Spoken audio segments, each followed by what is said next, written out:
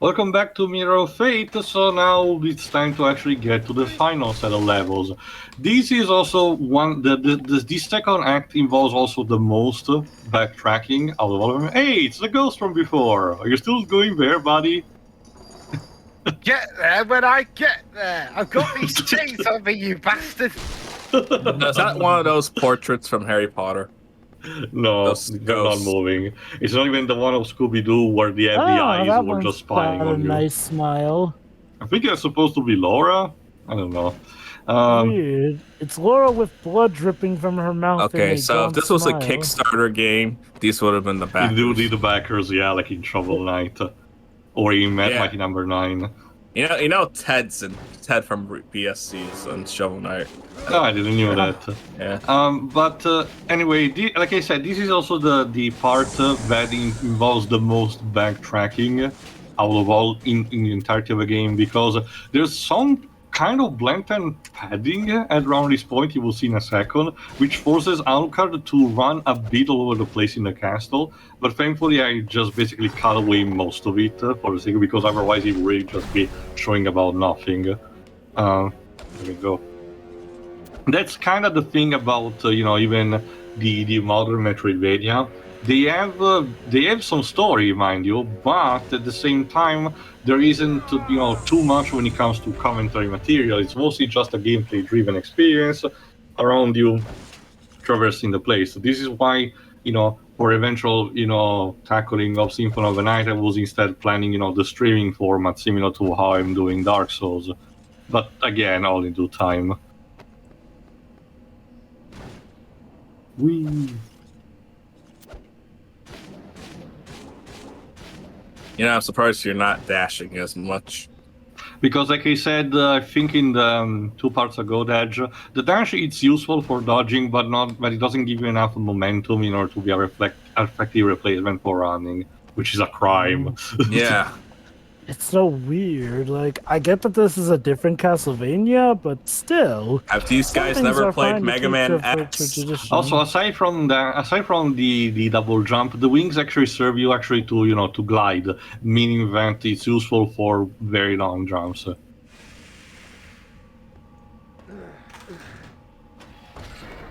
Okay, I know I'm like 5 parts into it, but what you just did with that pot, is that also a save point, as a checkpoint as well, or no? No, the game also saves regularly. I'm not sure actually where specifically. At best, it does it every time you change room. At the very least. Anyway, new enemy type actually. I think it's called like the Vampire Acolyte. These are the most dangerous enemies in the entire game actually. You're making short work of them.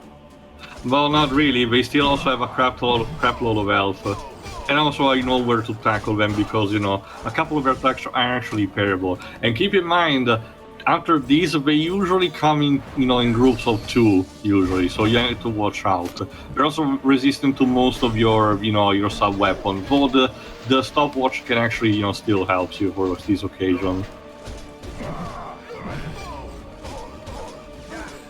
Yeah, I'm disappointed that you didn't edit anything DL related. Jesus So obvious, I suppose. No, that's why you go for it. If a joke right there, you take advantage. Thankfully, some of these you can actually just ignore and move along, which, to be fair, was something that you could do also in Symphony of the Night. So I'm cutting some slacks to the game.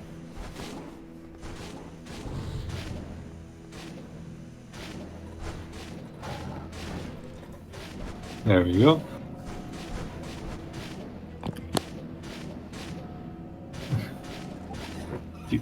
The toy maker surely was bizarre in constructing these things. What was even the practical purpose of that? Classic Castlevania architecture.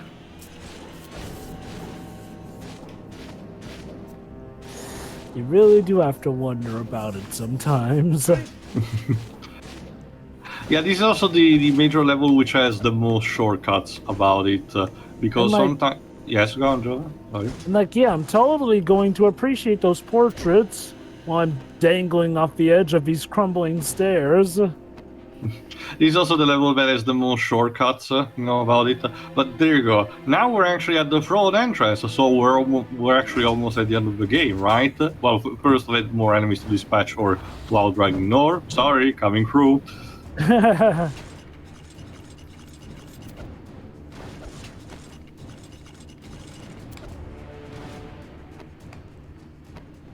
Kind of weird how they put an enemy where you could literally just ignore her.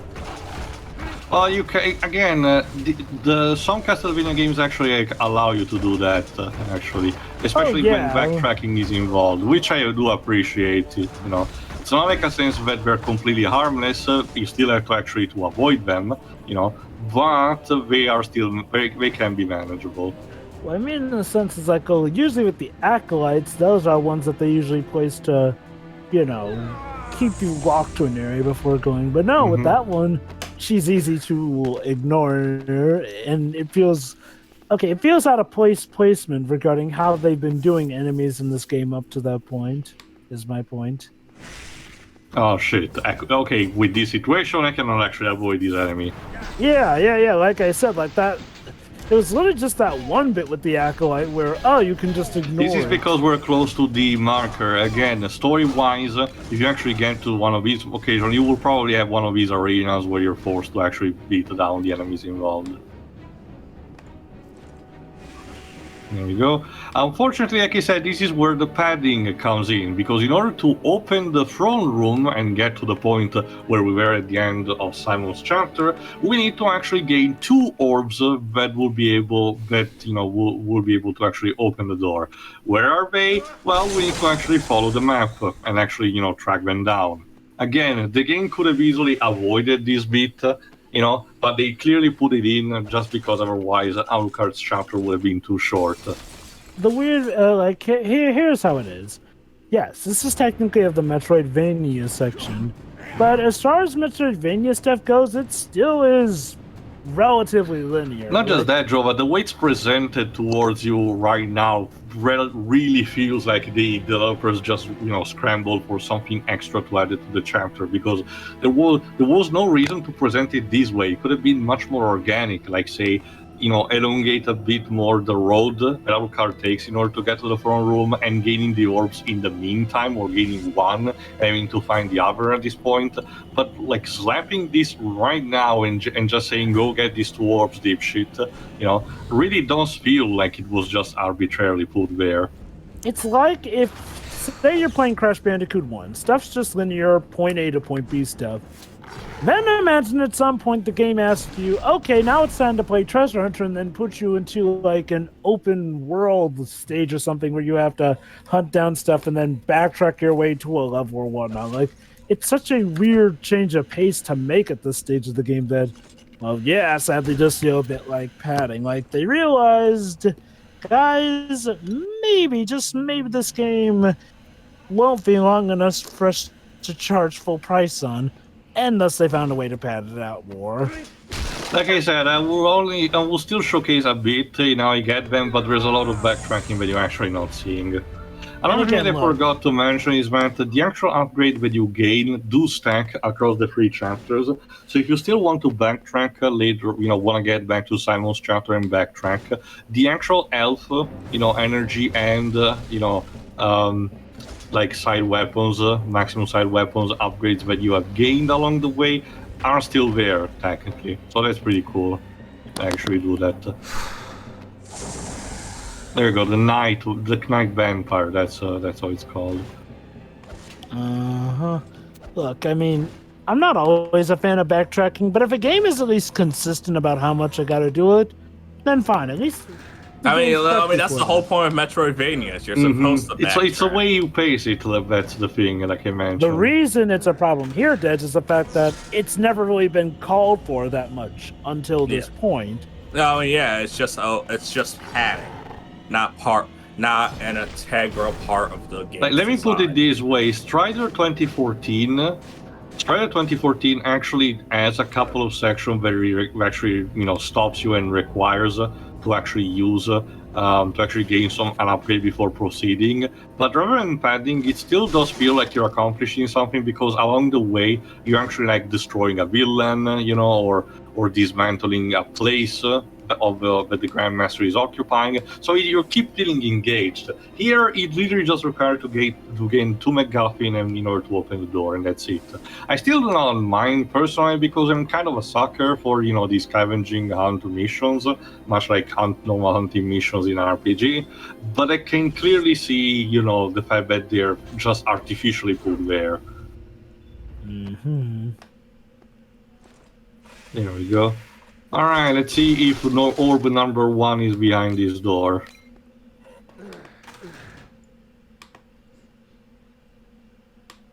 Wrong door.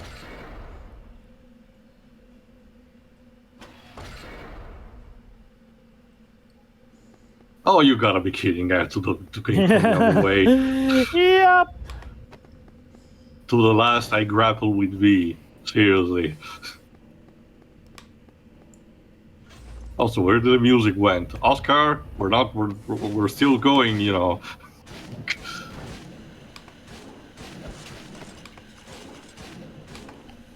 I guess you ran out of material. Even so, like usually it's like the moment to recycle a piece. Anyway, there we go. Let's just jump in and find one of the orbs. Where did the other went? Also, music, Jesus. Yeah, where could it be? Seems there was a second orb here. Now it's gone. I mean, you did ask for the music to come back. It's still ominous though. At the very least, it opens up shortcuts that are convenient enough for us to pass through the level in the future. Basically, like I said, yeah, this is where the actual compass actually do help you, because it gives, without actually stating directly where it is, it actually gives you a general direction of where you're supposed to go, and then you have to move from there. In this case, getting back to the kitchens, because the Fleamans actually have, taken one of these things. You miserable motherfuckers. Give it... Good... You piece of shit. Mine. Rigor mortis my ass. Give it to me. Jesus Christ. Was this the battle between Kojima and Konami in that bit just... Yes. Alright, let's get back. Finally get back Konami here. So let's mill that was good from let's his introduce hands, the nothing blood but a orbs. corpse. The Pokeball. Wow, and the orbs have the power of chugging the frame rate as well. The coloring even looks like a Pokeball. Man, it's a really good thing we did that thing yesterday. Alright. Congratulations, you caught a what was it called? Voltorb. You caught an unknown. It's completely useless. Why do Voltorbs need Pokeballs to be in? What, even more so than Magikarp? Because they're still Pokemon. Alright, so let's catch up to where we were at the end of Act 1. Cannot be. Good of you to join us, Alucard. Or should I say, Father. my son? Oh yeah, he is his son. that face. And Simon Yeah, is just Simon's- standing there confused. You know, I was. Simon's like, what did I get myself into? Second chance. You know, I was I've come actually to finish kidding what with I that started. joke I made just a second ago. I know why They you really are father and son. I had hoped you would stand with me. son. Join me, and together That you would we will understand rule why I must destroy the this Bloodlines castle. This I guess. castle, I guess. in remaking You're this very world. unambitious, ruling just one Look at castle. me. You've made me a But son, if only you knew the power You of made me like you. darkness, I A guess. creature that thirsts for blood. Father, Filled your with ambition hatred. is as thin as my You should have patience. let me die that night. No matter. It all ends now. Someone's Let like, it go. hello. This is between me and Hello, I'm right He here. is a Belmont.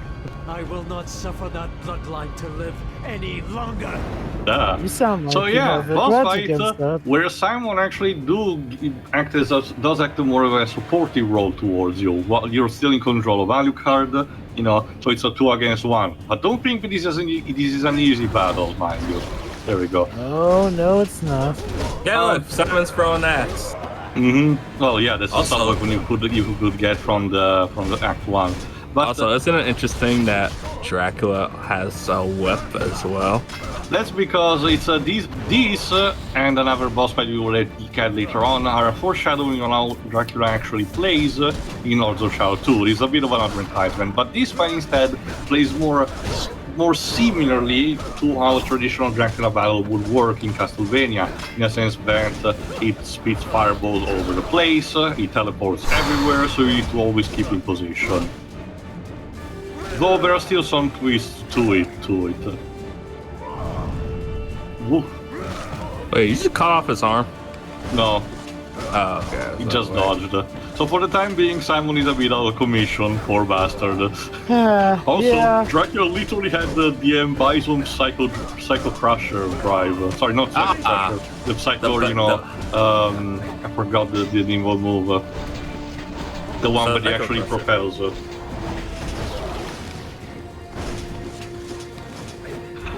There we go. But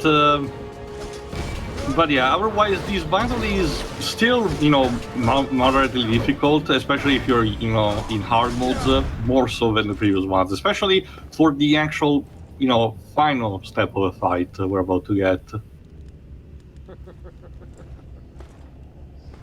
Need a pause? Yeah, apparently Dracula can just do that. Poor Simon. Deal with him, Alucard. So obviously you cannot actually attack Simon, so are you supposed to actually, defeat him? Just, parry his attacks and start sucking away the darkness within him, not even joking. Release Because your vampires can do that. This is more of a actually it's more of a case of Alucard discovering his abilities more than anything, he's just improvising on the spot. Meanwhile, Dracula's just giving him crap from the side. Yeah. Well, he's clearly enjoying himself. Ow. There we go. There we go. You're pathetic. Oh, seriously. I find your lack Thanks, of Simon. faith Yeah, and from disturbing. in this final phase, occasionally Dracula can grab one of your two characters and the other actually has to free the other. So if it grabs Simon, it's up to you, basically. Edwards, it's useless, son. Don't make me destroy you. Also, Dracula is actually immune to the stopwatch effect, so don't even bother using it. Makes sense, because he's a vampire.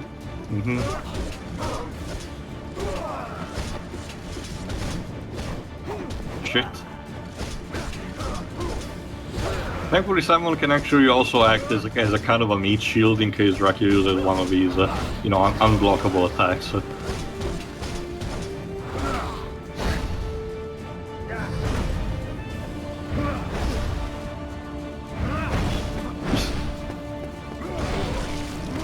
No, Simon. It must be you. I mean, you are freaking Simon it. Belmont! There we go. And Dracula's So, dead. all's well that ends well, actually, right? This is not how a vampire is supposed to die. Yeah, it felt a bit more theatrical. Which means Well- it's pretty much implied Gabriel decides to fake his death to actually go away. He will return. But hey, I thought a stake to the heart. Gabriel will return in the Avengers. That's the thing, remember Pedro is also still God's champion, so even that is Oh, not yeah. enough to kill him permanently. God damn it, and godlike immunity. Your actions will be guided, manipulated. Do you think you are here entirely of your own free will? Let it go. It doesn't belong to Yeah, just basically what Simon was actually wearing is an actual part of the Mirror of Fate, so it's best to actually not keep it. No free will. If you recall correctly, the Mirror of Fate led to Gabriel becoming Dracula. Not just that, it was also what Carmilla had in her throne room, and it basically told her what would have happened to Gabriel himself. Speaking of Carmilla, apparently a common thing in this universe is that becoming a vampire makes you suddenly... Why are you touching my face? This is awkward. I just wanted to make. I thought I saw a Great zit on your bonding. face. Moving on. I thought I saw a spider on your face. Again, what is it Yeah. with villains and just petting people? It's weird. So anyway, Stop it. join us next time on Petting Simulator. Well, where that's the I thing. will stroke Dracula's Well, shoulder. that's the thing. You can pet the protagonist. The 10 Well, out of 10. That's This the thing. is the Dream Daddy sequel you all wanted. Oh. No. That's the thing. That's the thing, Shio. Usually, when villains do this, they do it in a way that's meant to be creepy and kind of like You when. know, that's 'cause it is creepy. Yeah, well, when Shadar does it to Oliver, that's a good example of that. The problem is that the game didn't really portray that as something that's creepy. It was supposed to be an actual touchy moment, and it will become more clear in the next 3 parts because Act 3, which we'll start seeing in the next part, is when we will finally understand what happened to Trevor all those years ago. So stay tuned for that. Yeah. Yeah. So yeah. Yeah.